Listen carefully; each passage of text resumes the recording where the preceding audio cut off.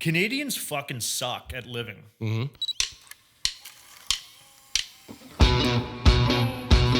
I've heard a bit about you just through mutual friends. I know that you're heavily involved in real estate. That is true. And you have a very interesting past. So maybe tell us a little bit about what got you into real estate and what you do right now, and then we'll kind of go from there. So I do a lot of things. I do have an interesting past. Thanks for bringing that up. Yeah, of course. We've all had hurdles in life, as they say, right? Yeah. That's what they say. So I do a lot of things. I'm a full-time mortgage broker. Obviously, I want to pat myself on the back right now. I finished number 8th in Canada last year in terms of gross commission. Yeah. I am a real estate investor. I have 178 properties. Amazing. Full-time private lender. So private lending is big in Canada. It's like 15% of all mortgages are private. So I do a lot of my own private lending, and I have my own private mortgage company. I own the second biggest mortgage team in Canada, and I've wrote a couple of books, and I travel 6 months a year. So that's, amazing. Pretty good. I just got back, as you know, from Hershey's Chocolate Factory. I was in Washington, D.C. Washington, D.C. is really cool, by the way. Have you been? I have actually never been to Washington, so D.C. cool. It's What's cool about it? It's just, I think that it's like the center of power. Okay. Yeah. You're just like, I'm at the White House. You're like, this is gangster. And then I walk 30 minutes. I'm at Congress. I'm like, you can just smell. Was it busy when you were there? Like, It wasn't, because I get up at early. So this is 6 in the morning on a Sunday. I'm at Congress, and there's nobody there. Yeah. And then right behind Congress is the Supreme Court. I'm like, motherfucking Supreme Court, man. Like, that's power. Oh, absolutely. And it's just cool. And an FBI building, and then IRS building. They're all these massive institutional buildings, and it's just clean, and it's nice. Anyways. Yeah. How long were you there? What were you there for? No reason. I just got in my car, and I was in Kempville visiting my mom. I said, I think I'm going to drive to Philadelphia. And then I drove to Philadelphia. That's people are like, what else? Why? I'm like, that was the why. Yeah. So you did 94. I read 94 countries. 103 right now. Oh, so it's more. Yeah. You got to update that bio page. Too many websites to update, man. Yes, I started traveling when I was after Queens, actually. Okay. So I went to Queens University. I was literally Van Wilder. So it took me 6 years to finish a 3-year degree, economics. That's what they officially gave me. Hey, at least you finished. Oh I my dropped God. out. So. I switched diplomas or majors so many times. I think they just said, here, you're close to economics, get out of here. So then I traveled for 5 years, literally using money that I won playing blackjack. No way. And I was 25. I had 60 grand, which at the time you think you're like, I am a trillionaire. I am a baller. Yeah. Traveled for 5 years, came back to Cornwall, Ontario, where my beautiful past began. Broke at 30, and that's where it kind of leads me into how to get started in real estate. While I was broke, back home in Cornwall, just finished traveling, and I read the Donald Trump's book, man. Oh, no way. Yeah, believe it or not, Donald Trump's Art of the Deal or what? Exactly. Yeah. So I'm just like, yeah, maybe I'll buy a property. So I bought one because I had no money, but I had a line of credit at the time. I wasn't a mortgage broker. I wasn't even a realtor. I used to be a realtor too. So this is 11 years ago. I'm 41 now. Okay. I bought my first one when I was 30. Then I'm like, that was kind of cool. Yeah. Then I bought another one. Then I bought 20 properties in 3 years just with all balls and no brains. Damn. All residential, commercial. Yeah, splits? they were some dumps. Yeah. Some like shit boxes, man. One was 90 grand and just like. What's the craziest tenant story that you have? Oh God, dude, there's too many. Well, actually, I don't know if I even should say this on camera. No, I mean, I had a student property once, and that was brutal because it's just like, like girl calls me, she's like, I can't sleep. He's been banging chicks all night. And I'm like, hey, you live in a student, they're just, what do you want me to do, man? You live in a student property, right? Yeah. But I've had tenants like, drug dealers that just get, they're calling me like, there's no door on the property. I'm like, why? They're like, somebody tried to break in and steal my drugs. It just never ends. Yeah. Amazing. Not really, but part of the game, man. So properties that you have now, are you still residential heavy or you moved to commercial? Residential heavy, and now I just finished this presentation an hour ago, and it was like, now my focus is, when I started, it was about cash flow because I had no money. And I wanted to sustain my lifestyle. So I was buying properties that could produce income. Right. Now I'm more of an equity player. So I buy properties that are going to go up in value and easy to manage. Gotcha. So last year I bought 94 properties in Alberta. 94. Wow. Wow. And all brand new row homes. Okay. So they go up in Basically value. a subdivision. Yeah, basically. Like I'm going through, which one's yours? I'm like, all of them. Thank you. So I almost lose money every month. I think I do lose money every month, but they're offset by the appreciation, and there's no management. I'm not dealing with crackhead tenants, losers or maintenance or issues. Like that stuff I'm over with. Yep.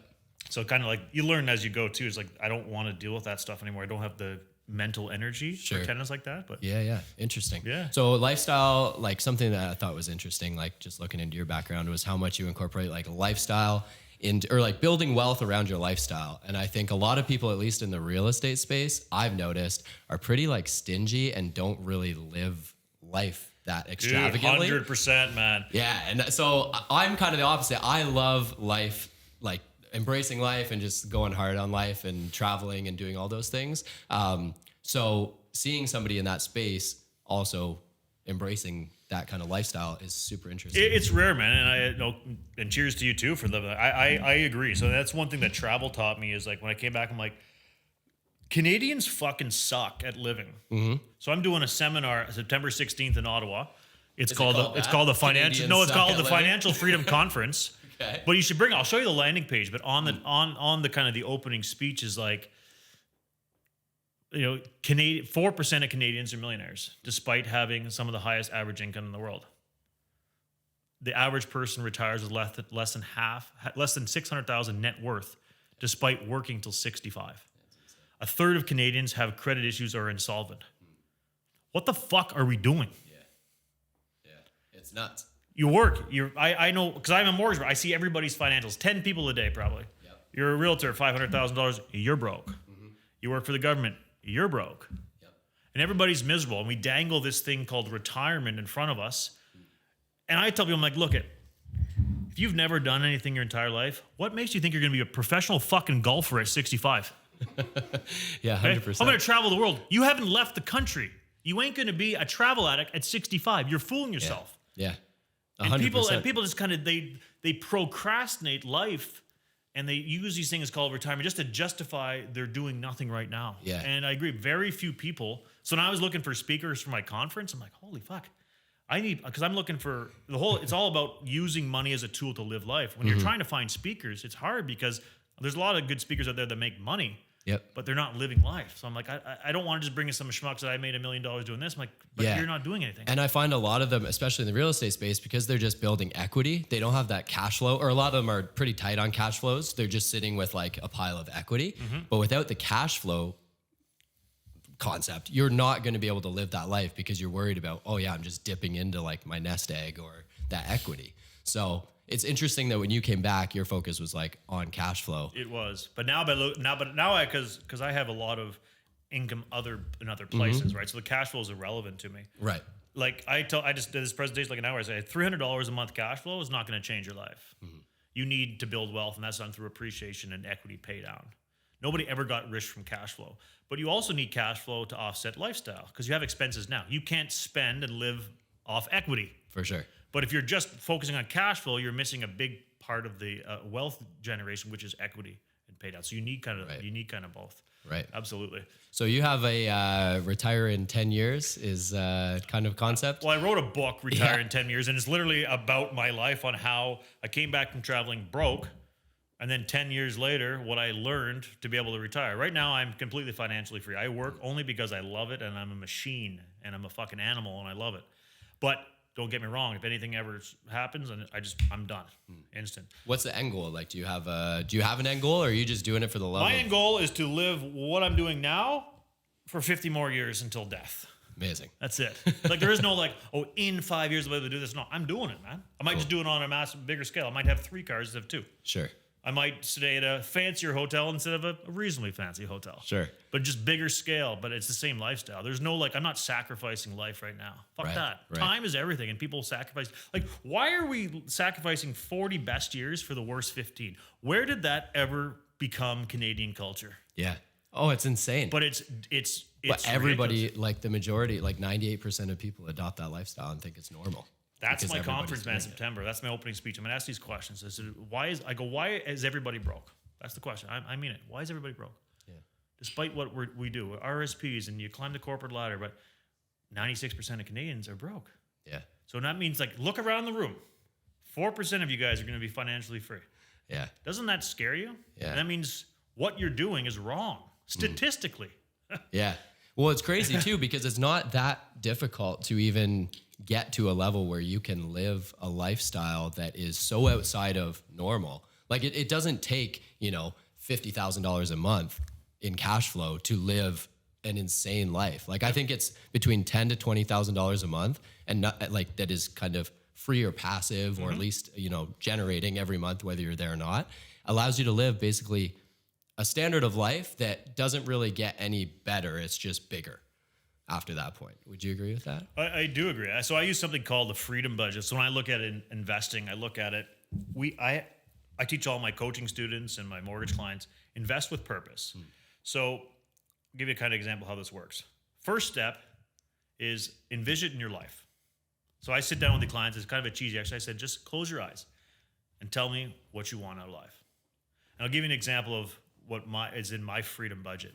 So I always had a dream of having a big house where I would roll up to, and every time I roll up to, I smile. It might sound cheesy, but that's what I wanted. And I wanted it immaculately maintained. But I didn't want to do any work. And I wanted to go inside and it'd be perfectly fucking clean. And that's what I got. So I have a house, I have a landscaper, I have a gardener, pool people, cleaner, handyman, all this stuff. So what I'm getting at is that I envisioned and I tied the emotion to what I wanted. And that was part of what I wanted out of life. It isn't why we work and invest to live life. That's what I tell people. I'm like, in theory, that's what it is, but nobody actually does that. Sure. So I said, envision what you want out of life and how that stuff makes you feel. So you close your eye, I want this house. Okay, you want to take care of your mom. I want to travel 6 months a year. I want this car. I want a boat. Whatever you want, envision that. Then the second step is, what does that cost to maintain? Right? What are all those things? And the beauty of it is what you want out of life. Your budget is for you, bro. For sure. My life is my life. So what does that cost? Then once you know what it costs, now you know how much passive income you need to live your ideal lifestyle as determined by you. Once you know what the income is, then you know then you know how much you need to invest to get that. So now you start investing with purpose. Right. I've had clients, I'll give you an example. A married couple, they were 52. They had a few properties, about 1.5 million paid off. They're like, oh, we're going to work till only 65. I'm like, so we started looking at their freedom budget. 12 grand a month. Yep. I said, if you just sold your properties now and lent it out in private money, you get 15 grand a month. They retired. It's amazing. How old They were they at that point? they were willing and ready by cultural norms and standard to work another 13 years, not recognizing that their ideal lifestyle, as defined by them, was already attainable right there. They just had to recognize it. Isn't that fucking crazy? But people just go through these motions and just have this retirement. And then when they get to retirement, people are miserable and sick and unhealthy. Why? Because our entire life has been based on work, right? So once you get to retirement, there's no more work. You lose your identity unless there's been a reason for working. Right. It's purpose. So my actually mission in life, man, is to change the mentality of Canadians. That is the pandemic. We were talking about pandemics. Sure. Financial fucking ignorance is the pandemic. Yeah. No, I agree 100%. People don't take inventory of their state. It's crazy. Ever. Man. Yeah. It's pretty devastating. So I read somewhere that you had a criminal charge or something passed. Talk about that. Yeah. So when I was in 2000, when I was in Cornwall, right? So I started buying all those properties. Well, Cornwall, that says it all. Oh, Cornwall. Well, who doesn't, right? Yeah. So in 2011, I started buying that property, right? Yep. And then I started buying all these properties because I don't know, I just started to buy properties. And then you become known in the community as this real estate guru, even though I didn't really know what I was doing. Then I got lobbied to buy this hockey team that had failed like 4 years in a row. Okay. And they're like, was it a Cornwall team? Oh, yeah. It's called Cornwall River Kings, man. They're not around anymore? Or they folded like 3 times after I folded it. Okay. Right? So at the same time, I was running for city council. Okay. I said, you know what? I want to be a politician for some reason. Yeah. Yeah, exactly. I'm like, yeah, that makes a lot of sense. So running for council, and then people are lobbying me to save the city team, right? I'm like, oh, fuck it. I can't even skate, man. Like, I can't skate. Like, I don't know how to skate. Like, I mean, it's not pretty. Like, I can't skate. I can't even. You weren't starting line. Bench warmer. I wasn't even the fucking water. No, I wasn't. I was kicked off that. So anyways, I bought this team, right? Seeing some, I mean, I convinced myself that also I could make money off this hockey team that had failed before. So I'm like, my own ego and like, I clearly know how to run a hocky team. You're committed. Yeah. At that Plus point. the city was just like, and I was a saving guy. Yeah, right? yeah. So anyways, I got elected to council. I got elected. I was a politician for a year. But immediately after the season started, I was bleeding cash just like the last 3 owners had bled cash. They're like, team is not sustainable. And I'm like, I'll save it. And then I'm like, oh my God, I was bleeding 15 grand a week. A week? Yeah. Yeah, and I didn't have any money back then, man. I was just like living on, I was a typical Canadian living on credit cards. So anyways, I wrote a check from a closed bank account and I got charged with fraud. Oh, okay.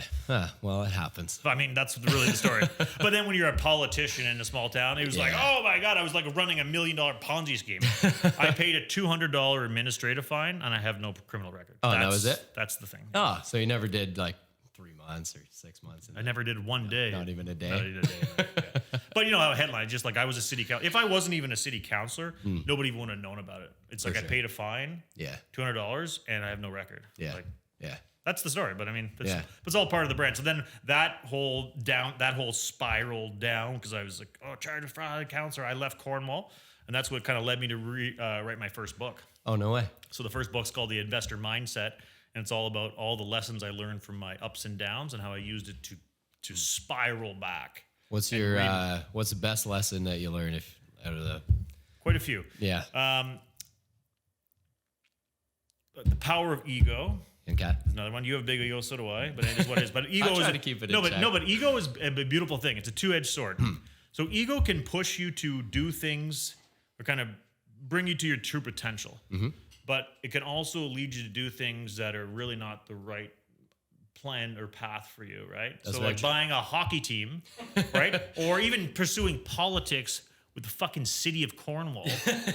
Like, did I actually want to make a difference in the community or did I just want to be a fucking city councilor, right? Sure. That's an example. So, and then when you pursue things in the wrong direction based on ego, that's where it's detrimental. Sure. Intent comes into play there. Also, being a visionary, I remember looking at, like, I knew I was going to be elected. There was 29 people that ran for council. Only the top 10 made it. I remember just envisioning it so powerful. I knew without a shadow of doubt I was going to be elected. Even though I had no experience in politics, I just knew it. So just like being a visionary, just being able to just see clearly what you want out of life. And that's one of the routines I have every day. So every day I wake up at 6 and I look at my calendar and I actually envision me doing what needs to be done that day. So you're kind of prepping yourself mentally for even including here, man. I knew I was going to roll up. Knew I was going to shake your hand. I was picturing you were perfectly on time as well. Like 5:30. 5:30. Well, I actually drove around the block 3 times because early. No. No, but it's just like you have to envision. So just being a visionary is another one. Embracing your failures, right? Yeah. Working with integrity, like that's another one. I was like, not that I ever didn't work with integrity, but just like now I'm just like, I almost, because I had my integrity questioned before, now I go almost overboard with making sure you can't question my integrity. I'm so transparent. Like last year, for example, I bought all these 94 properties. Yep. I raised $7 million from investors who clearly know about my past. I am so transparent. When I wrote the book and I admitted all my failures. It's out there. Here it is. But I'm so transparent and just with my life and with everything I do now that it's because I'm really protecting my Do you think that's made it almost easier for people to 100%. Want to work with you as well? 100%. Because I mean, I look at who hasn't had a fucking failure in life. Oh yeah. Right? But in social media, all we do is we talk about the good things, right? Of course. Yeah. Look at all the photos. You don't post a bad photo of yourself. Not just talking about you, but in general.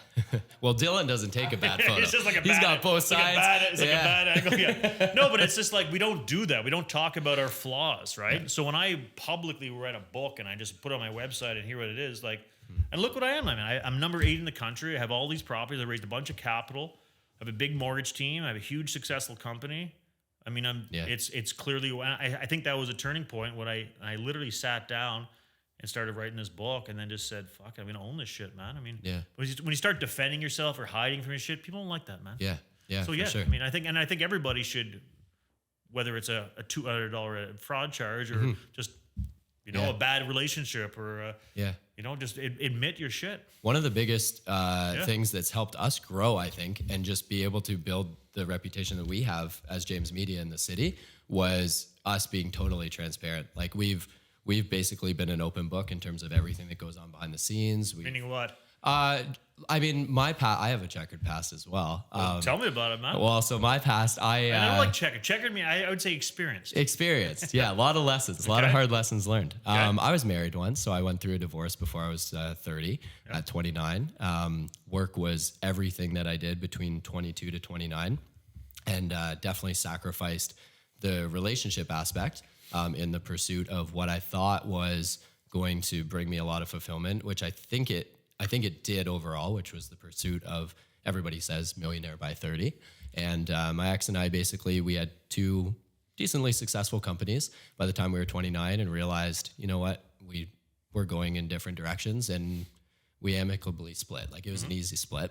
Huge lesson learned there. And then I spent 2 years traveling. So Good. I I think I did about 22 countries a year for 2 years in a row. It is the best thing you can do, man. Unreal. It was the best experience ever because all that stuff that you learn overseas and traveling and meeting different cultures, you can bring that back and you can apply it in a real way to, like you said, Canada, where people here don't get out much. They don't live. They man. don't They live. exist. Like literally just going through the motions It's of existence. awful. Yeah. Yeah. So where's the checkered part of your past? So I've been arrested. I got back. This is actually a funny story. Yeah. So I'm already laughing about that. I had a shipping company, like a courier company, and it was doing okay. Like kind of ran itself. A bunch of buddies of mine, right before COVID, actually, we were like, you know what? We've always wanted. I was a musician, so we were like, we finally do this thing, and we're gonna go and tour for like 3-4 months. So to launch our music project called 1988 was the band name. We did this big radio tour, but to kick it off, I don't know if you know, like the Detroit Windsor crossing, the Ambassador Bridge. It's a massive fucking Never been there, international but crossing. I know the bridge. Yeah. So I actually climbed that fucking bridge and hung a 30-foot banner with our Spotify like single release off the bridge, and that's pretty cool. It was pretty nuts. I'm the only person to climb and come back down apparently. Alive.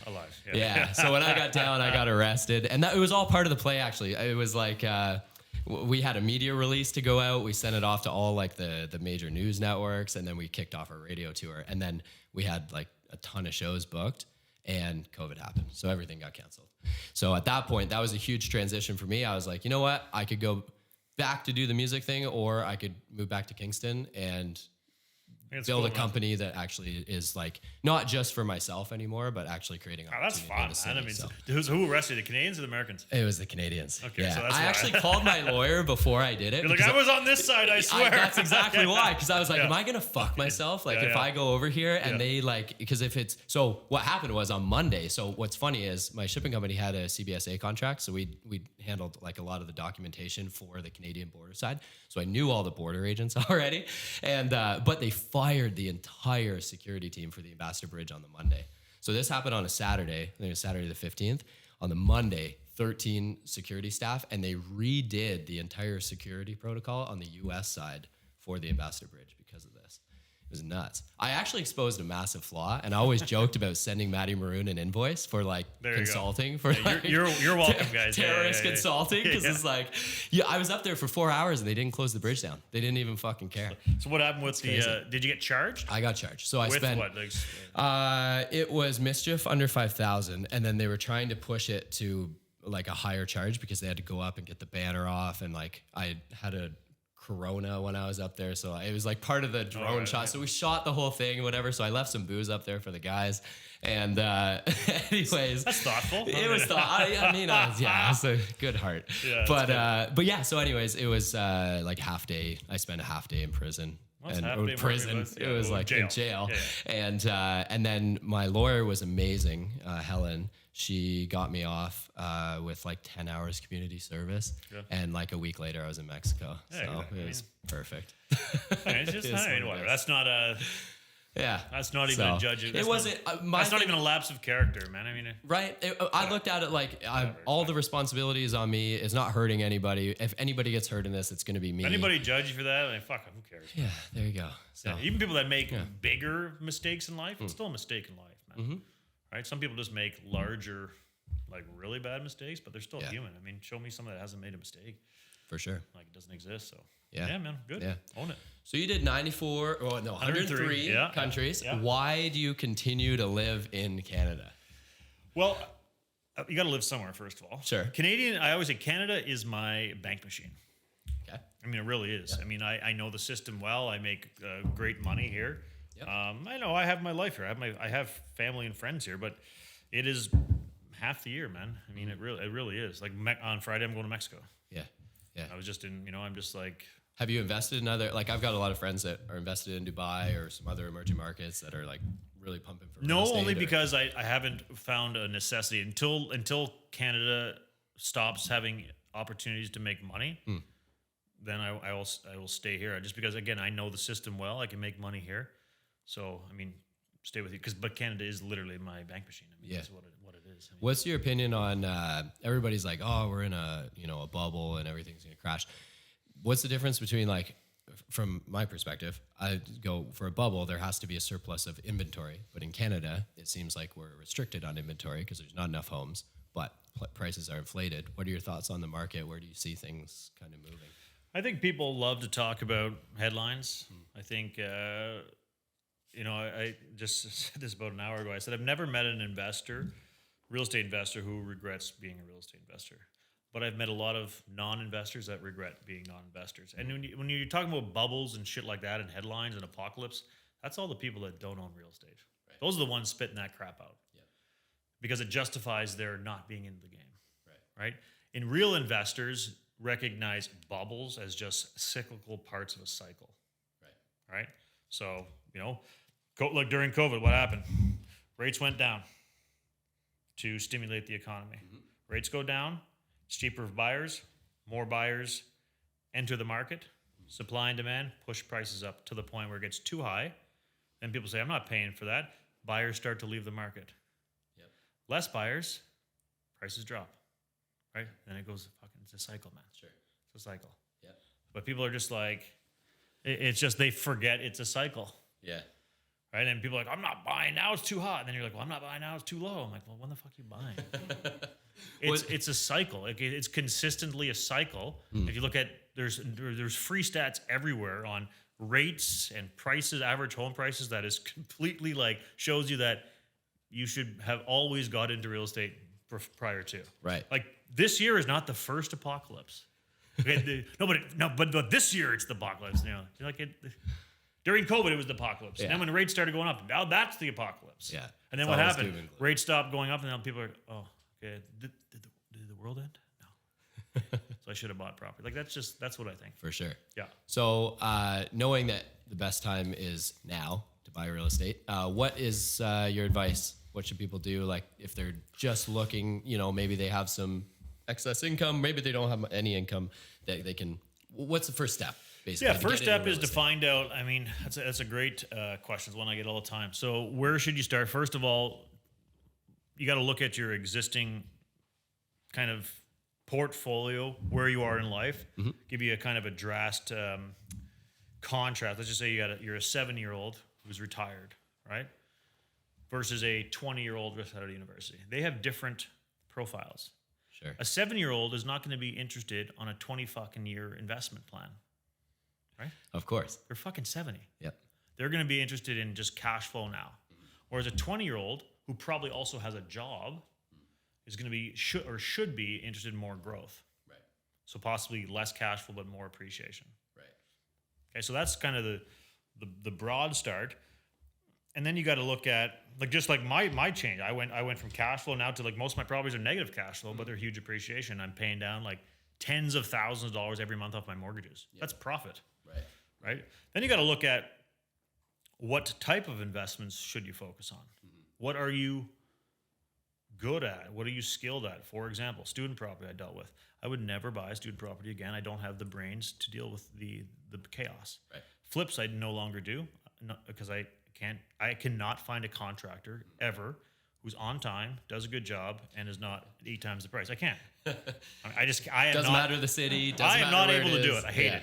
Dealing in development, too slow. It requires too much of my personal presence. Dealing with bureaucracy, not my style. Right? Some people love the flips. They love the hands-on. They love to build value that way. Some people like, private lending. It's just really finding out what your skill set is, what your niche is. That's why, because we're so flooded with information, right? If you look on Google real estate investing, oh my God. Oh, It never ends, right? So and people you get got both overwhelmed. sides of the spectrum. You got like everything from like don't invest like now, wait till whenever, and then you got people that are like, no, now do it now. There's like a million avenues to the same destination, I guess. It's too much. Like there's more than one way to skin a cat, as they say. So in real estate, you can make money in so many different ways, but it doesn't mean every way you should do. Right. Based on your lifestyle skill. Like I don't do flips because I get flips. I got to be on the ground. I can't do it remotely. Yeah.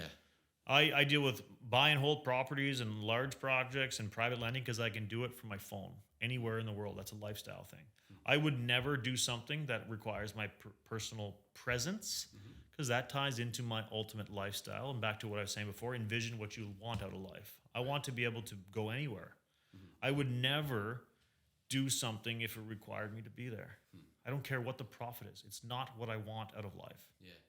And speaking, you're doing a lot more speaking. Is that something you want to move more into? That is kind of the ultimate goal, man. Is if you look at the ultimate, like... Yeah, what's the... Well, because in order to speak, first I got to build a brand. You have to have credibility, right? You're not going to just speak and who's going to go listen to somebody speak? I don't know, man. There's a lot of guys out there that do. Come to my conference. I live in my mom's basement. I'm like, you're like, what? Like, so, yeah, I mean, one residential flip, and now I'm a guru, right? Yeah, kind of like this big conference in September. That is going to be. I already am talking about being and be able to envision. It's going to be the catalyst that I'm going to use to do large scale speaking events. Cool. But it's also like the content is good because I truly believe that I have something to offer in terms of like I want to change the Canadian lifestyle. I see it all the time. Like when I see somebody's file for the first time, I know they're going to be broke. I mean, but every time. Yeah. But isn't that like so? It's startling. Yeah. I feel like I need to change. So something. how do you change it? Like, what is the Mindset? thing? Like, okay. Mindset. Yeah. I mean, I know I've helped a lot of people. Just you have to first of all change the mindset of what we're doing, what you're trying to do. Looking at money and looking at investing with purpose instead of just this generic path that society pushes you through. Right? So I mean, people do the same shit, but they all end up broke. And that's statistic. That's not me just saying it. That is Statistics Canada. Yeah. And And it's not surprising. You're like, yeah, probably it is true. It sounds right. It Yeah. sounds true, right? No, most people I know are broke, right? Yeah. But why? I mean, we have this wealthy country. Yeah, Yeah. the country's wealthy, but not the people. So that's kind of the overall. I literally want to Tony Robbins style, man. Like literally have impact and influence on people, and truly, Yeah. it might sound cheesy, but help people, No. and also getting paid large to do it. Yeah. And what does that look like for somebody attending that, like on a day to like? What are some things that people could incorporate in their day to day life to just start to embrace that mental shift? Yeah, so there's a good question. That's a good question. I would say we lack 3 things in Canada. Okay.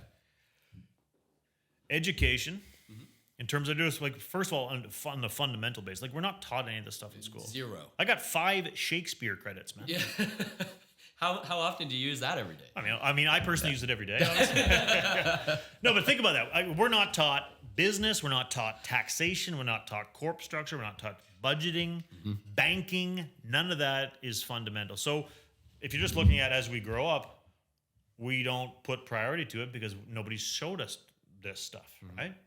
For sure. So lack of education in that regard, but also lack of education into we listen to the wrong people. The amount of times I've had a client call me like, oh, my dad doesn't think I should do this. Is your dad a multi-millionaire real estate investor? Well, no. Then tell him to shut the fuck up and stop ruining his child's future, Yeah. right? Why are we listening to people that don't know what they're talking about? If you want to be a real estate investor, shouldn't you follow the advice of a, real estate investor?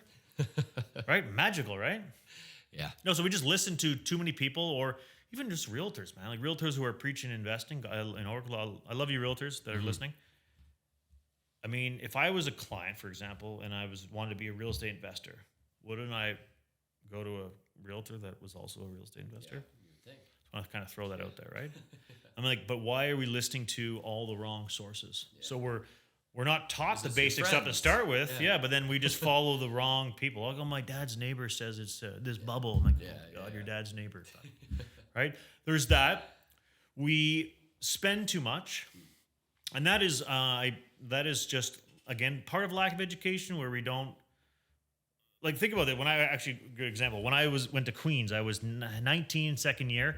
I lived on Aberdeen Street, man. I know where Aberdeen is. That's where they burn the cars. And that was me, but that was me. Yeah. Harlem, or what do they call it? The student ghetto. It's the ghetto. Yeah. I remember to this day. I remember getting in the mail a credit card, an unsolicited credit card for 15 grand or something when I was 19. Guess what I did? Max that sucker. You motherfucker, right? That's free cash, right? That's free cash, right? So we're taught at an early age that credit is something that we don't respect credit, right? Because we live in a society of cheap credit, I shouldn't call it cheap credit, easy access to credit, right? Yeah.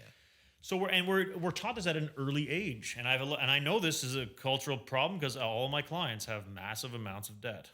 I don't care what your income is, you're massively indebted. Yeah. Most people, very rare where I meet a client who has no debt. One of the best things that happened after my marriage was we canceled all of our credit cards through the divorce.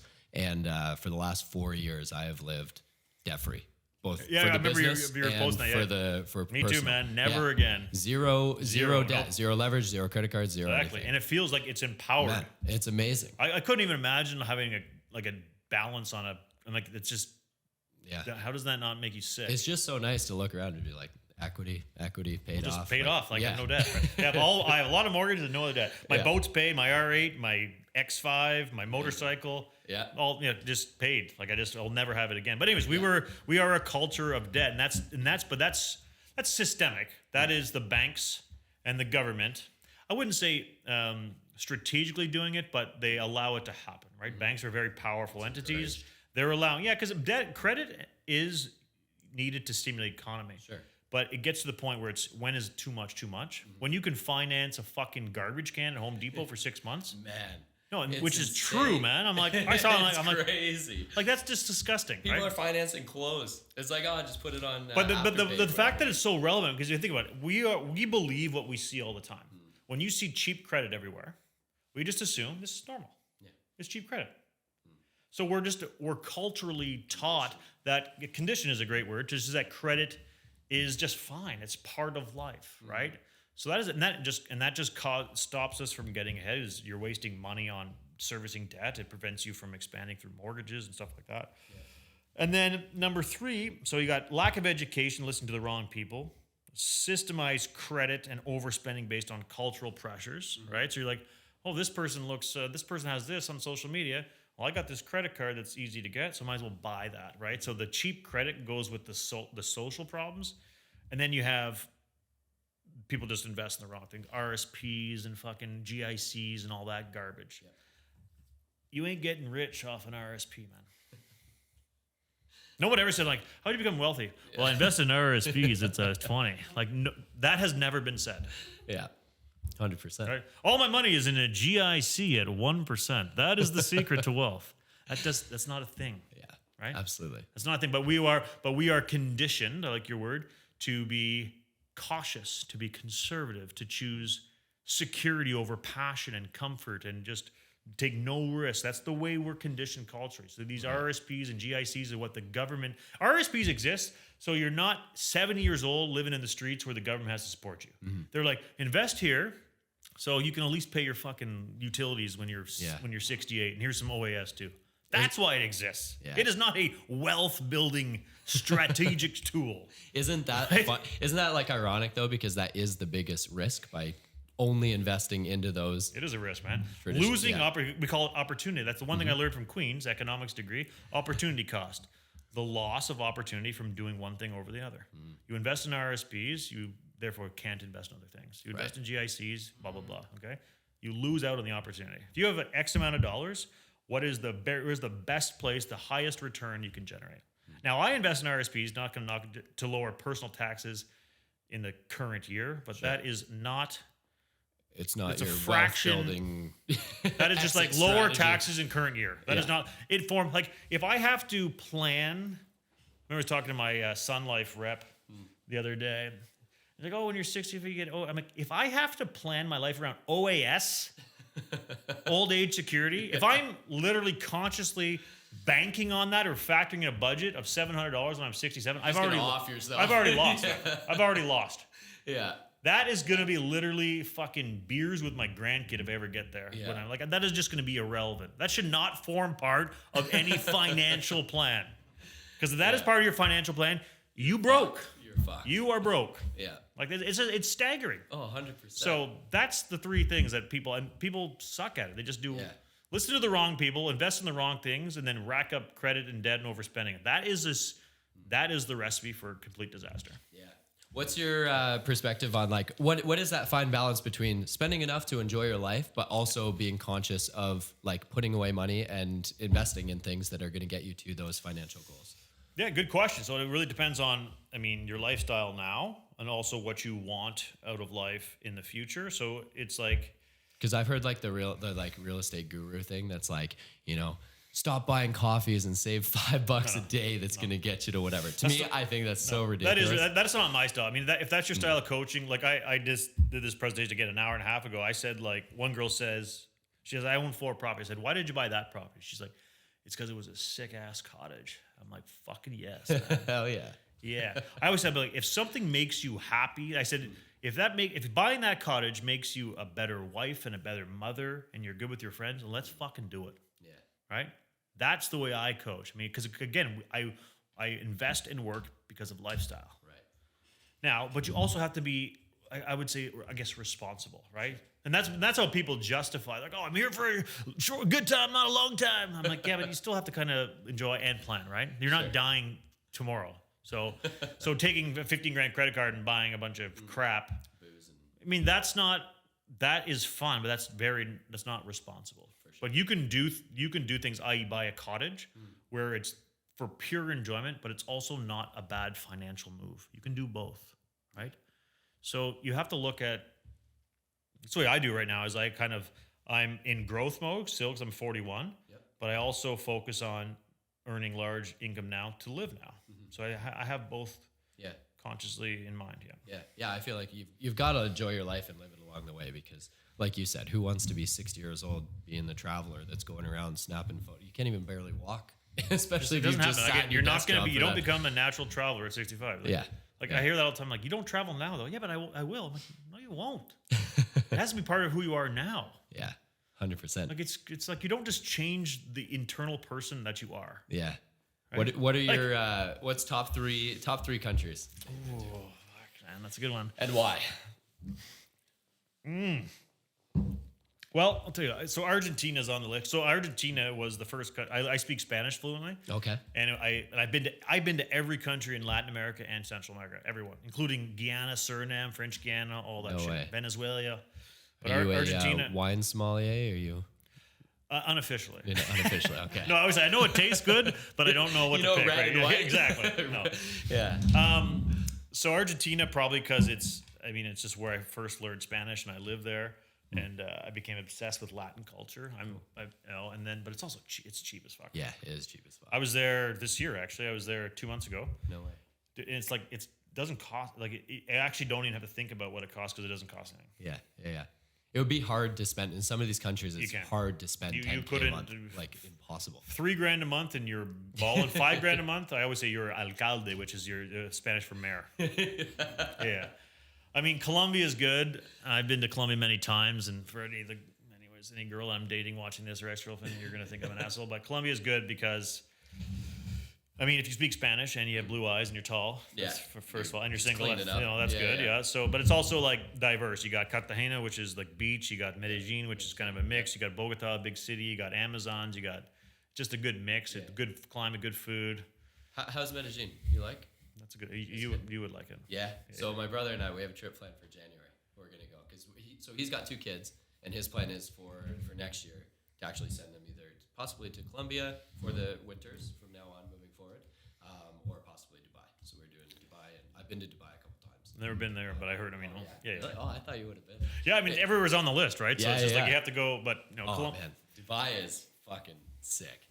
Yeah, I would imagine. Very cool. I mean, Europe is great too, in general. Like everywhere is good to go once, For sure. At least I went to Burundi, Africa. People are like, where the fuck's Burundi? Yeah, where is that? Exactly. I go, it's just a bus ride over the border from Rwanda. Oh yeah. And they're like, where the fuck is Rwanda? It's like it's west of Uganda, motherfucker. Get your geography right. So I've been to some like every place is weird and cool once, right? For sure. It's like a cigar. It's like there's no bad cigars. It's just ones you won't have ever again. Exactly. That's a good way to do it. Yeah. And sometimes it depends on who you're with too. Like you could be in a really good country, but if you're depressed and stressed out and you're alone, maybe it's good to go to Washington D.C. with a bunch of friends, man. You could have a good time, right? So it really depends on. For sure. Yeah, Thailand. Have you been to Eastern Europe, like Romania, or? Been to Eastern Europe. I've been to quite a few places. I've been to Hungary. I've been to Bosnia. I've been to Serbia. I've been to Macedonia. I've been to Albania. I've been to fucking Montenegro. Did you ever go to Moscow? I tried, but my visa got fucked up. Oh, really? Yeah. It's tough to get there. You actually have to give your physical passport. Yeah, it's annoying, man. It's nuts. You gotta drop it off, come back. Fuck off, come on, just let me in, man. Like I'm here to spend cash, right? But I've been to Estonia, Latvia, Lithuania. Amazing. There's only 5 countries in all of Europe, actually, that I haven't been to. I was gonna say that's Ukraine, Belarus, Russia, but that's also Asia. Bulgaria. I've even been to Kosovo, bro. Really? Yeah. No way. For how long? For what? 2 days. I was just on a road trip. Okay. Sick. I called 2 buddies of mine. I said, "Hey, I'm flying to Croatia to do a road trip for a month." They're like, "All right, we're in." So we left from Croatia all the way through Bosnia and like. What'd you drive? Were you just driving like a? Oh yeah, like a typical Peugeot rental car, man. Some sketchy areas. There was a couple of mudslides in Montenegro. Like literally, like the cliff is like. Shit. It was a bit nerve wracking. Yeah. Well, that's why the Transfagor-Rashan in Romania is like the sickest road of all time.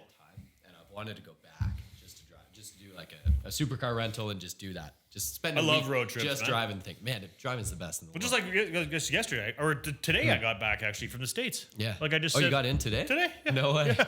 I drove from fucking all places, the best place on earth, Syracuse, New York. I was in last night. Syracuse, the snow belt. So yesterday I was in Washington D.C. I woke up like I said at 6 o'clock on a Sunday morning. I went to the White House, Congress, Capitol, FBI. Sick. And then I just started driving north. I said, oh man, I stopped at Gettysburg. No way. Dude, you know Gettysburg? And it's like, so I'm rolling up towards north. I'm like, oh, I gotta go to Gettysburg, man. So I stopped. It's like this cool battleground museum. And you get to watch these videos. Fascinating history. Crazy. Yeah. And then I leave Gettysburg. I'm like, fucking, I see Hershey's fucking factory. I'm like, I gotta stop at a Hershey's factory, right? Yeah. Then I go. That's amazing. It's a pretty boring drive though through northern Pennsylvania and New York. It's like. Yeah, I'd rather be in Saskatchewan, and then you end up in you're dying for. By the time you get to Syracuse, you're like, fuck yeah, and what a dump that is. Syracuse, Syracuse is rough. I apologize if you live in Syracuse watching, but your place sucks. If you're living there, you're only there for a couple years. I think they go for school and then they're gone. It's rough. It's Syracuse Orange, right? Is the basketball team? Yeah. But other than that, it's like it's just a hub. It's a transport hub. Pretty much. I used to fly out of there all the time on my way. I went to school in Australia, and so I would go there to San Fran and then to Sydney. Anyways, that's I love road trips. I've done road trips probably around 50 to 60 countries. That's usually what I do. I just kind of fly. I was South Africa. Did you go to Cape Town? No. Really? Not yet, man. Man, you got all the hot spots still left. Greece? No. Really? Holy shit. That's crazy. Yeah, I haven't been to you saved all the main tourist spots. I haven't been to Australia. I haven't been to India. No, New Zealand? Never been to New Zealand. Fuck. So I've been to every country in Latin and Central America, which is probably about 25 countries. I've been to about 10 in the Caribbean. Okay. All but 5 in Europe. Damn. That's crazy. About 10 or 12 in Asia, 6 or so in Africa. Greece being one of them. Yeah. Well, Greece. I went to Albania, and it's like, I'm going to my buddies, like, want to go into Greece? Stepped over the border. Well, and then we went up into fucking Macedonia and Kosovo. Kosovo, we got shut down on the border. I was gonna say, what's your craziest travel story? You must have some wild. Lots, man. Yeah. What's you never got held any I got arrested a couple times, but scammed. I got scammed in Brazil, where the cops and the cab driver had kind of like a. Anyway, I was at this bar in the Copacabana Beach, and then I take a cab to this party. He's like, "Want to go to a party?" I'm like, "Fuck yeah, obviously I do." With a stranger in Brazil. Of course. So we take a cab and we end up in this dirt road and there's cops there, and then the cops come right up and yank us out of the car. I'm like, fuck, man, that's something. My buddy was like, I spoke Spanish, so I speak Portuguese now, but at the time I only speak Spanish. Okay. My buddy's like, what the fuck's going on? I said, it's a setup. Anyways, they pull a bunch of drugs out of the car. They're fucking arresting us and throwing us in the car, and there was just complete shakedown. Yeah, Anyways, long story yeah. short, $600 US, and we're out the And you're door. out of there. Yeah. I got arrested in Rome for another scam. Fuck, it was like we got on this trolley and I go, "Where's the pay tickets?" They're like, "No, just go to the back." And then one stop later, the cops come on and they come right for us. They're like, "Tickets?" I'm like, "This girl just said to fucking come to the back. You're like 50 euros." Like, "Oh, fuck off, man." So they actually took us to jail, and I was with like 4 or 5 friends. I said, "Hold your ground. This is bullshit." Yeah. They took us to jail. We were actually in jail in Rome, and I had like euros in my sock. They're like, "You got to pay the fine." I said, "I'm not paying shit." And they're like, "You're never coming back to Italy then." They gave us this little document. I mean, it's that you're saying you're banned from Italy. Yeah. And eventually the chief came over. He's like, "Let these fucking guys go." And then they drove us back to our hostel. And then I got this great photo. The chief's like, "You guys don't like espresso?" I'm like, "Fuck yeah." So we stopped at an espresso. Me and my buddy have a great shot with the chief of police and the other guy who dropped us off after they tried to shake us down, and we held our ground. That's amazing. Sick. Yeah. Where else? Fuck. Hungary. Got arrested for another scam, for some subway scam. Yeah. Like literally, I take an escalator down into the subway, and then there's a cop at the bottom of the escalator. Said, "Where's your ticket?" I'm like, literally, the escalator started at the street. They arrest you for that? Yeah. Really? Like they cuff you. I'm like, "Get the fuck out of here!" I just go, "Fuck insane. yourself, man." It's ridiculous. Just What, they like- just want like 20 euro or Yeah, something? they're just like they're just. Sometimes I'm not in the mood to just deal with their corruption. Sometimes it's Yeah, like, yeah. "Here's $2, fuck like, off." yeah, But here, I'm whatever. like, I was just pissed off. I'm like, You're like- "You're fucking shakedowns, man." Yeah. So that shit happens all the time. Yeah. Do you surf at all? What like? I've tried. What's It's your not hobbies? good. Not good. Hobbies are, well, other than the cheesy one, I like to read, man. To be honest. Yeah. Yeah. Top 3 book recommendations. What do you recommend? You can look at what I just read. Great one, actually. You know what? You would like it. All right. It's called The Chaos Machine. Okay. Okay, and it's about the strategic effects on social media, how the companies use social media strategically to fuck with you. I would like that. No, it is cool. And I actually haven't. I've deleted the apps on my phone. It's since February 20th. I don't have them on my phone. Yeah.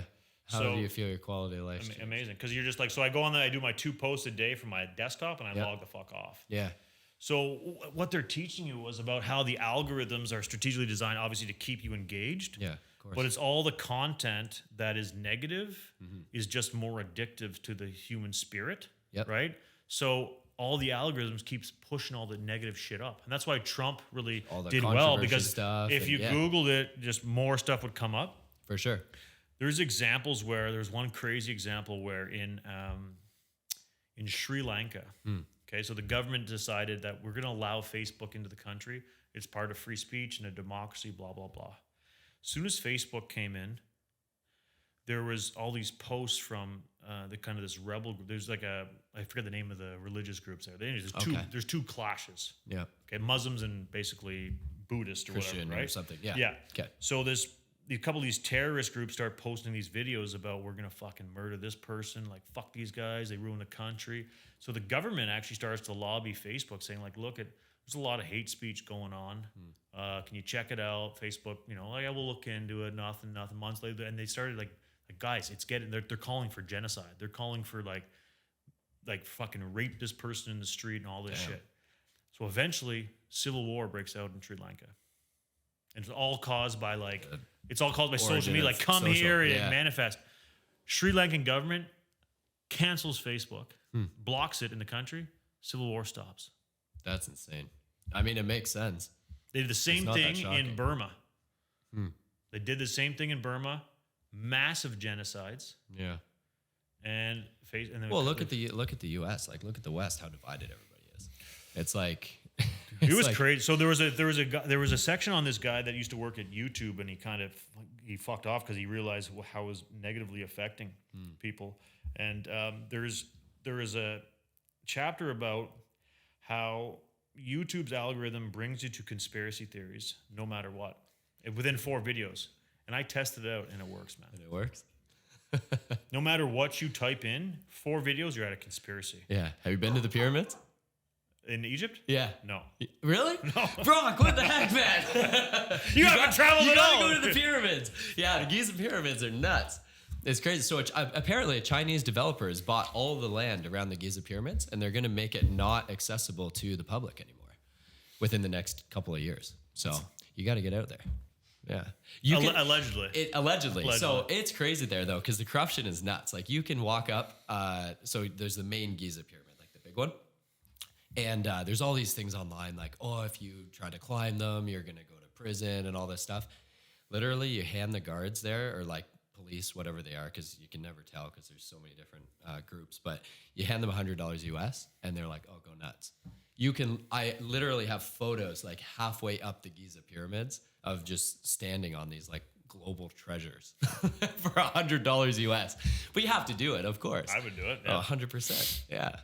Anyways, fucked, man. Couldn't invest. Yeah, that's fucked. So, anyways, that book, Chaos Machine, like, it just it makes you feel like you're in this billionaires game, like, because everything you see is actually what they want you to see, right? And it's just like, so I just got rid of. I'm trying to, but you can't deny there was a Netflix show or a movie, it's called, something, Social Network or something.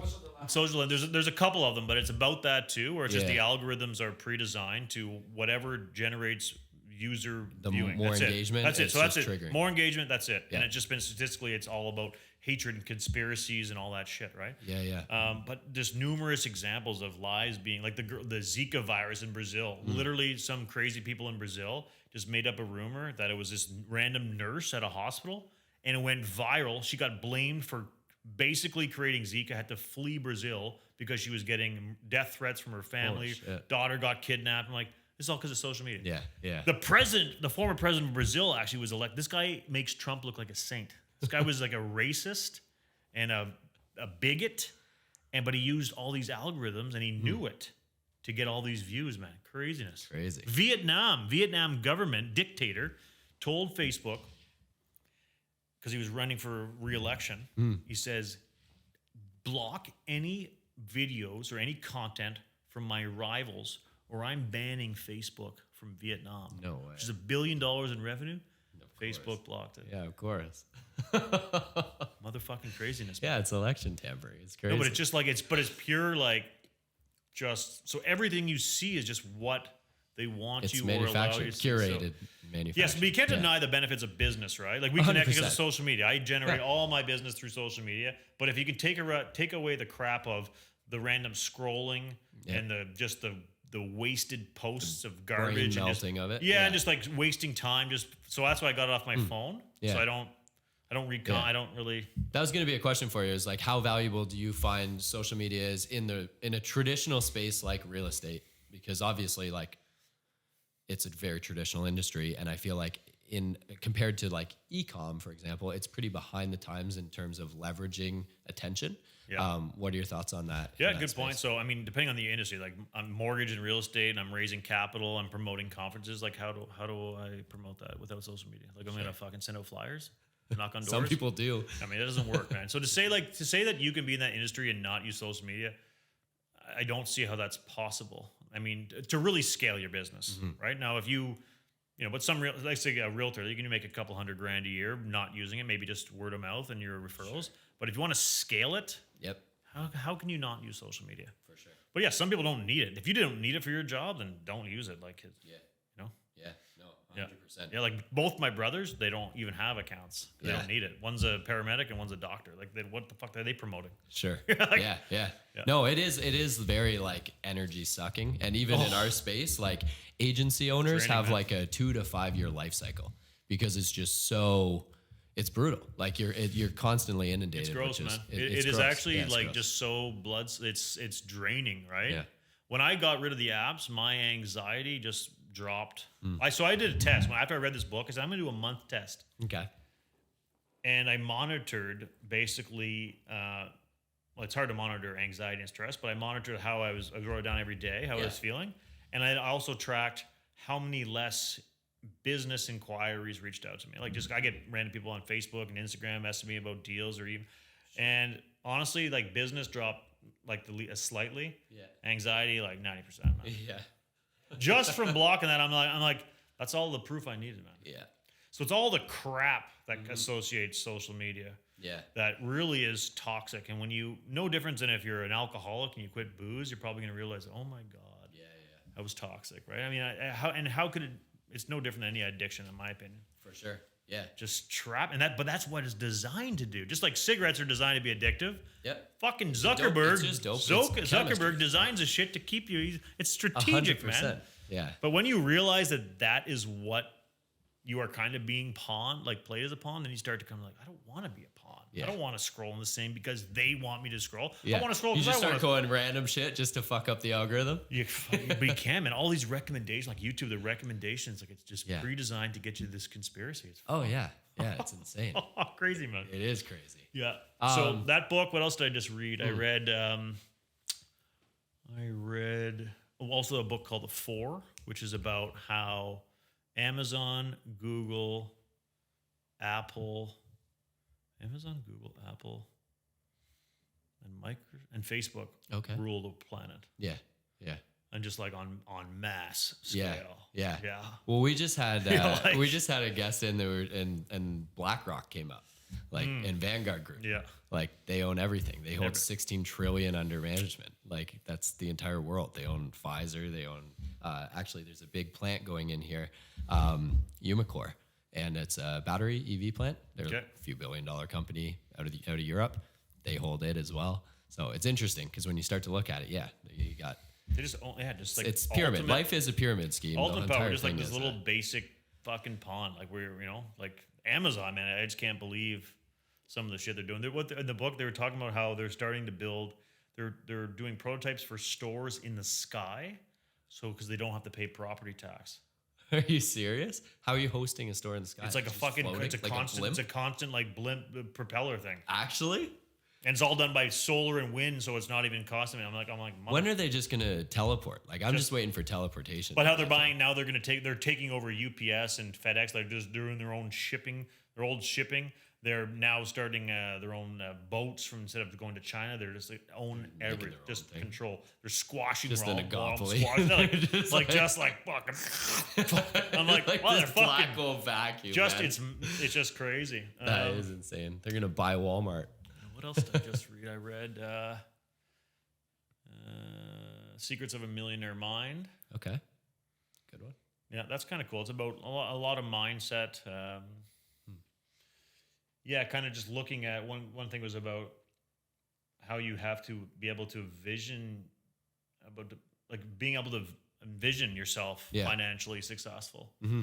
Or they did give an example. It's like Trump. He's talking about Trump. He's like, Trump's got a billionaire. He's got his thermostat set to billionaire status, right? Yeah, So even if you knocked him down to millionaire, he would eventually come up to billionaire. right. He's just programmed that right? way, yeah. But some people, they have the opposite. They think they're not even worth millionaire status. So if you gave them a chunk of cash, they would eventually find their equilibrium back to broke status. Well, that's like because lottery, they're right? programmed. That's the example, right? That's why people. So consciously, people who win the lottery they don't know how to handle that kind of cash or the pressure and the responsibilities that come with having that cash. So therefore, they eventually come back to their comfort zone, which is broke status. Yeah.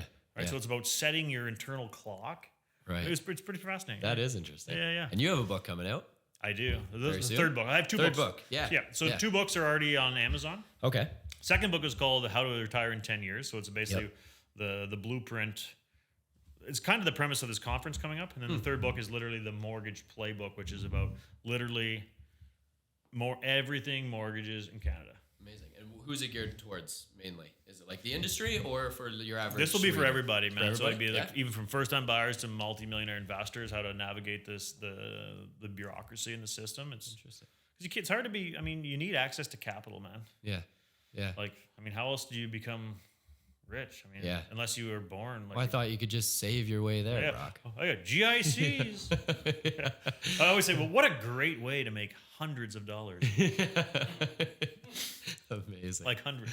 Yeah. That was a reminder of a Kevin O'Leary episode of the Dragon's Den or Dragon's Den, yeah, with or Kevin- Shark's Tank.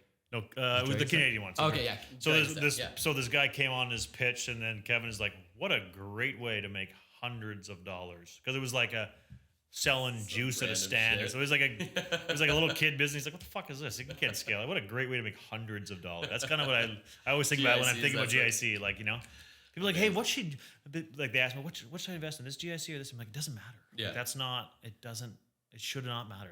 It's not even a question you should ask.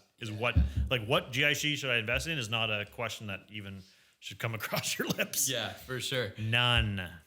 In regards to investing, how are you buying your properties? Are you securing, obviously your position on debt is that you enjoy debt free, and are you leveraging other people's cash? Are you bringing other investors in on those properties? So when I say I have no debt, I mean I have no debt outside of mortgages. I have a lot of mortgages. So right now I'm buying large scale investments because I no longer qualify for anything residential side. So a little bit of mortgage kind of jargon here. Residential means 4 units or less. So there's lots of reasons why you might not qualify for a mortgage on the residential side, even though you could be perfect credit, great income, good net worth, all that stuff. One of the reasons you have too many properties. So I have too many properties to qualify for any residential mortgage.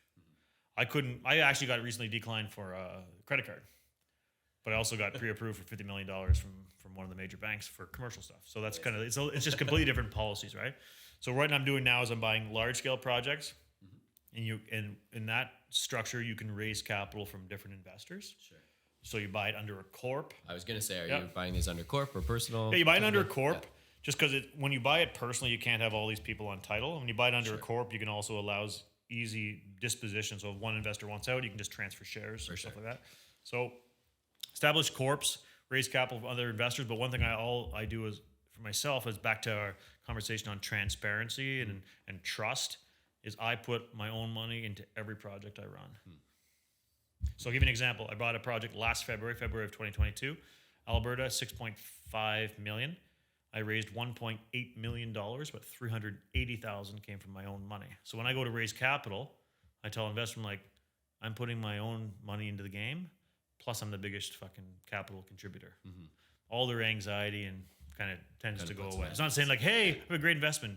Yeah. You put all the cash up. Yeah. Right? I just failed. I take 50% and you put, but some people do it that way. So that's kind of what I'm doing now because I have good income from other sources, so it allows me to continue to invest. Yep. But investing my own money has allowed me to raise a lot of capital as well. Cool. And you also do coaching? I do coaching as well. So what does that look like? Like across the board financial coaching, or specifically real estate? Like obviously niche to real estate. So there's sometimes niche stuff if somebody has a specific need. But my general coaching is really kind of what I'm talking about with this financial freedom conferences. I'm teaching people to change the outlook on money, and then kind of building a plan in line with that goal. Right. So it does talk about mortgages, and it talks about real estate investing in different types of properties, different types of financing, how to raise capital, how to use social media to raise capital, but it all ties back to that immediate original goal of lifestyle. What do you want out of life and the mindset? For sure. Yeah. One of my other questions is how important is network in getting to where you want to be in life? What do you think, man? Networks. I know the answer. Yeah. You can't. There's nothing I can do without a network, right? So just look at any of my businesses. You can't survive without a bigger network. It's just the conference is going to become my network. Coaching students, all my mortgage clients, raising capital is part of my network. If you're somebody outside of the space, let's talk about real estate specifically. What are some of those ways that somebody could get involved and build out their network in that space? In the real estate space? Yeah, in the real estate space. Yeah, there's a lot of different groups. I don't know if you guys have in Kingston, but in Ottawa, there's quite a few literally real estate investing network groups. I don't think Kingston has too many, to be honest with you. That'd be a good one. So there's a couple in Ottawa. One's called OREO, which is Ottawa Real Estate Investors Organization. Okay. So every month there's a couple of speakers in different themes. Yeah. But it's a great opportunity to go, and all the investors of the city go, and it's just a kind of a schmoozing. So the amount of people that I've connected there and the business spins off. Yeah. It's staggering. I also do a lot of social, my own social events. Okay. Social media is good because I do a lot of social media posting and holding different events, and everybody seems to come, and in word of mouth. I do the conferences. There's people out there that want to connect. For sure. Cool. How can people find you if they want to get more information? What are your plugs? So brockfrost.com is the easiest one. That's like that's just the name.com. So you can reach me there. Instagram, or text message, man. 613-316-8740. I'm on the phone all day long, so don't call unannounced. I will not answer the phone. Do you answer phone like that? Hell no. I do. No, I have a rule. Like if I don't know your number, no I'm way. not answering. Like you never answer your phone. I don't know who the fuck you are. If it's important, you'll text me. Exactly. And if it's not, then sometimes if it's whatever, if it's like a local number, 613, I will message it back and just be like, You know hey, what? sorry, I Let's had a do meeting. Call my cell phone. Listen to my voicemail. grab the phone. It's in there, isn't it? Yeah, but I'm gonna let it go to voicemail. let I'm it gonna- go to voicemail on Yeah. here. Yeah. You'll listen to it. I haven't listened to it in a while, but it's in theme with this. Oh, wait, I got it. Okay, what is it again? 613 Yeah. 316 Yeah. 8740.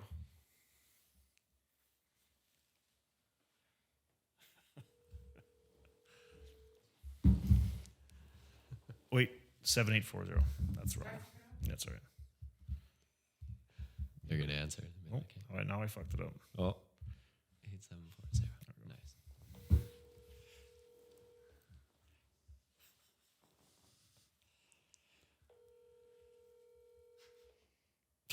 The anticipation's kicking. I haven't heard in a while. But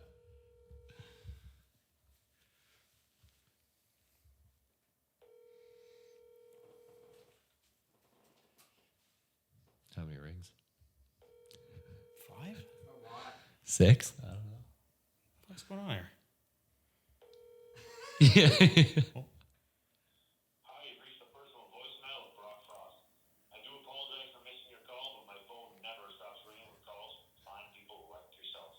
In a matter of efficiency for both of us, and to ensure you don't end up hating me for not answering, please send me a text at the same number or email me directly at robertbrockfrost@gmail.com. I can often respond much quicker that way. Man, Well, and keep on smiling on. I love it.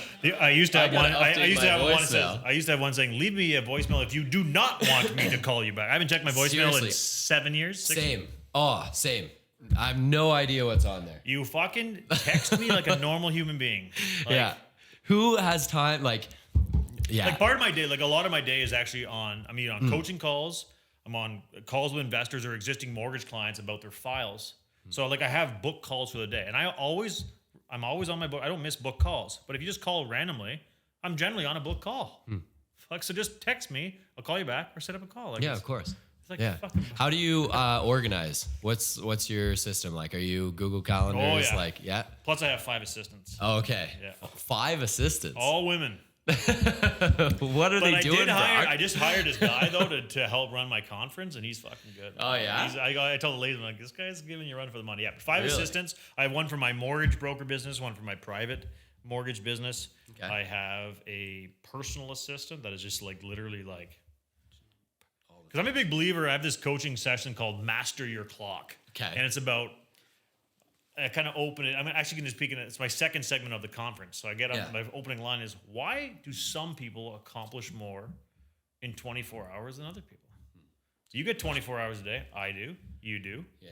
Tony Robbins does. The Queen does. Everybody gets 24 hours. Right? Yeah.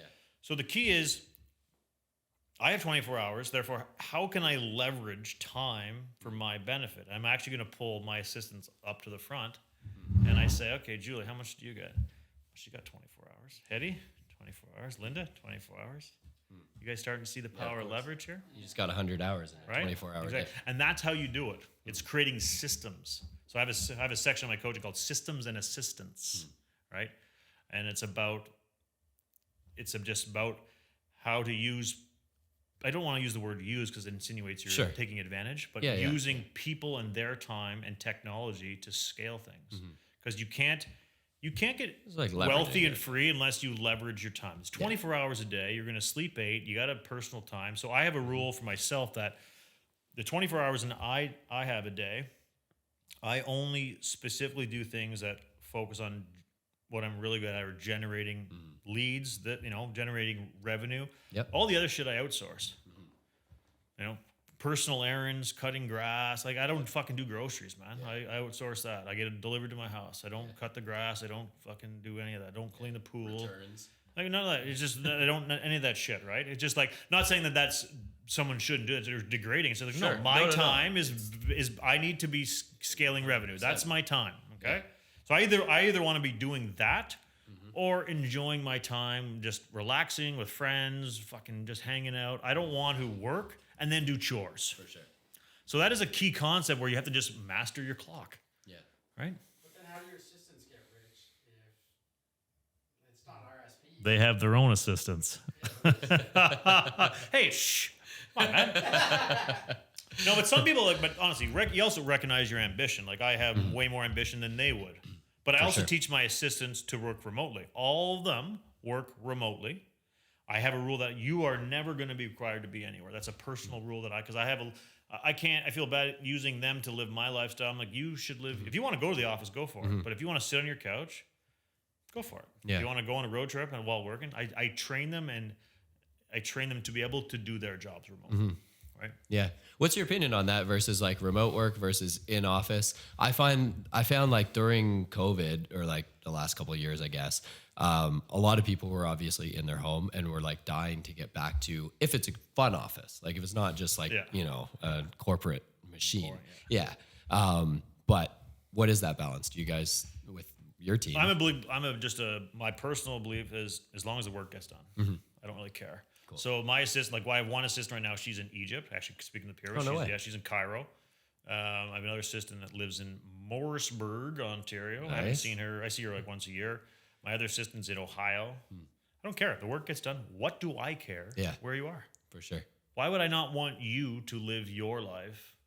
It makes you a better, I don't want to say employee. It makes you a better assistant. It makes you more loyal. It makes your life better. It makes you happier. Why would I make you like... Yeah. No, that makes perfect sense. Fuck, what do I care? Like if they need a day off, or whatever. Yeah. I don't give a shit. So that's the key too, is you have to like, and so you respect them, right? You pay them well. You let them be free. You're not being a condescending asshole. Yeah. I also compensate them. Percentage of all my profits go to them in every department. Okay. So there's also an incentivized, like, if I make more, you should make more kind of thing. Sure. Right? Yeah. There's a good way of doing it, right? But it's all about, you have to scale. For sure. Yeah.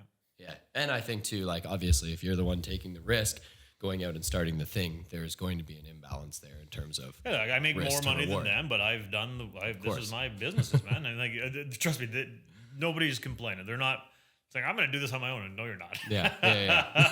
No, you're not. You're not insane enough. Yeah. Insane. You got to be a bit crazy. Yeah. How competitive is the real estate space? It seems like one of the most competitive industries around, right? There's lots of people. Yeah, there's lots of people. The good deals are definitely competitive. Right, but the problem is there's a lot of. What do you look for in a good deal? Like, what are you looking for? I look for right now. I look for just growth and ease of management. I guess would be my two biggest. Which shifted, right, from where you mentioned at the start. You were looking for cash flows. Now you're looking at kind of hand. Yeah, because it goes back to my whole concept of mastering your clock. I mean, if there's no hours done, like so once I acquire, there's a lot of upfront work to acquire the project. Then I want to just pass it off. It frees up time. And then growth in terms of just generally equity. I'm not looking for the cash flow. So those types of projects are not really, the people are always looking for the cash flow ones or the big flippers. Those are the ones that are very competitive. Right. Like extremely, but in the big space. But the big projects, there's very few investors that can pull the projects off. So there's not Just a lot in of terms of coordinating all. Yeah, like I've locked down apartment buildings and like you get 3 months conditional period. There's not like a bidding war. Right. Right. Yeah. And I don't buy things on the market generally. It's kind of like just like once you build the brand, there's a lot of just people just send me their deals now. So sometimes I'm looking for a way of just scaling on a larger scale. Like if someone, I don't give a fuck about a few $100 a month. So someone said, hey, here, you can buy a property for $500,000 that's worth $500,000 and you can make $300 a month. You're like, okay, whatever. If someone says, hey, I got this interesting property, you can buy it, 20% under value. I mean, to me, okay, I make a quick 20%. Yeah. To get to those deals, do people have to go through kind of like the more